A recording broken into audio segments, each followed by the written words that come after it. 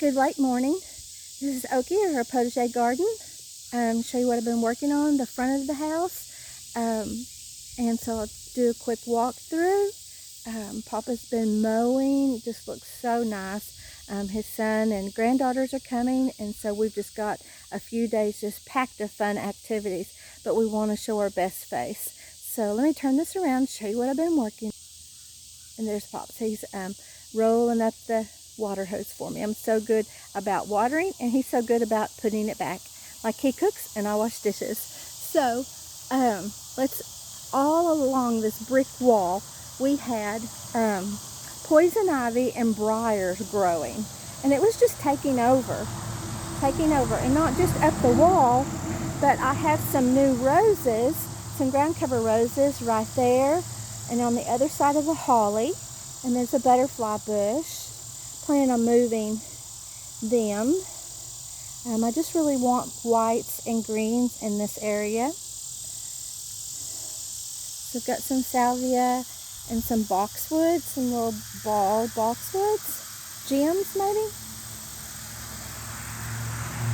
So this rose here, it was an apricot color, but it's turned out to be a red, and it is climbing instead of a shrub. So I'm gonna phase out the red roses. That climber there, I cut it back pretty good. I left a couple of climbers there, and I may attach it where it will climb well, but really want to phase it out, and it's not its best face here. My butterfly bush here is doing really good. I have a white ground cover rose behind that. This Desdemona is just a beautiful rose in the spring and early summer, but summers are hard in southeast Oklahoma. Got the ferns, they thrive. It's so fun to find something that's thriving, and it's just like, oh, I'm gonna buy 1,000,000 of them. That's Rowdy, our squirrel dog. So here's this ground cover rose, white, is doing really well. The ferns, Wind in the Willows character. I love that book. I read it again this spring. One of those rainy days you couldn't do anything but just read a book. It takes you outside to the rivers, the creeks.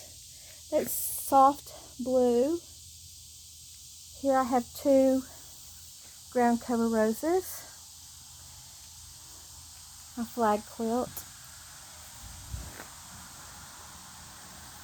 Such a pretty rest.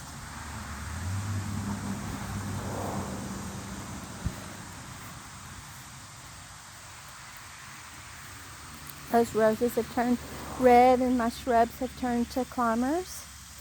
Plan on trimming those down, especially this one here in the driveway.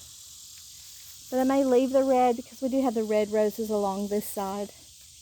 My flower boxes, the azalea, she's kind of a surprise summer bloom. The hydrangea, my hostas, doing pretty good. They get a morning sun.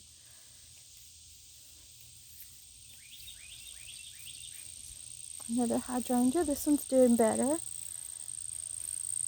Forever roses.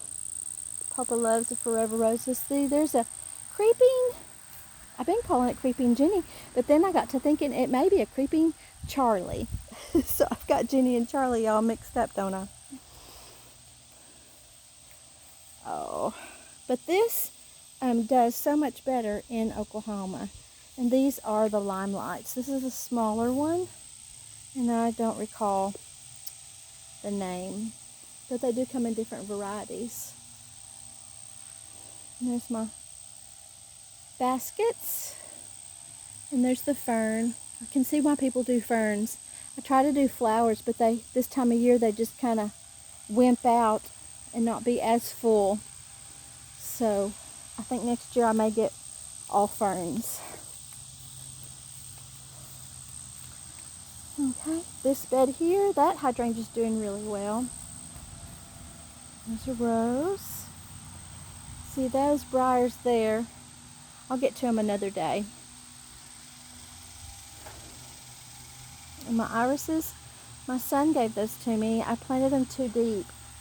I didn't know you could cut them and then plant them. I just planted them and keep them from falling over. I planted them really deep.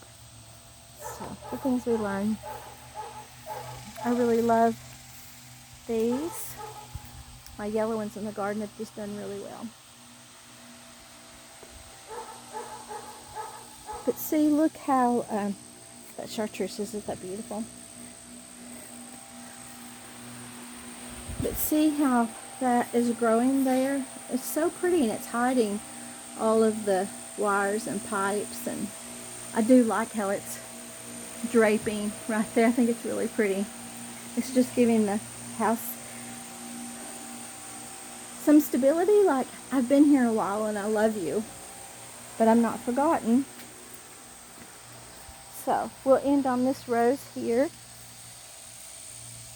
It's called a Delight, and it is a delight.